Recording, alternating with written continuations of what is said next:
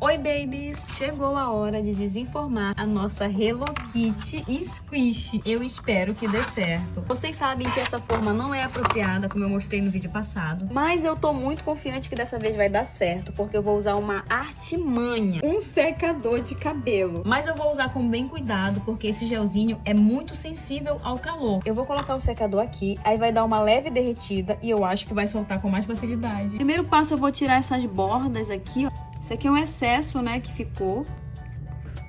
E agora eu vou tentar soltar as beirinhas. Agora eu vou colocar o secador. Eu espero que dê certo. Vamos ver se já amoleceu. Não sei se adiantou, pessoal. Tá adiantando. Acho que tá adiantando.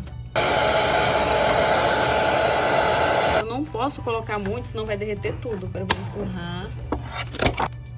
Parece que deu certo.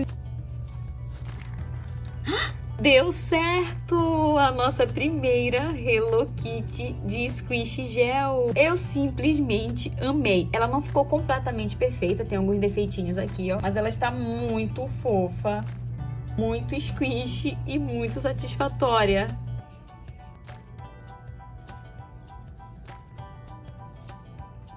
Simplesmente maravilhosa. Essa aqui foi a primeira que não deu certo, mas eu vou derreter esse gelzinho para fazer outro squish. E esse foi o resultado final das nossas Hello Kitties.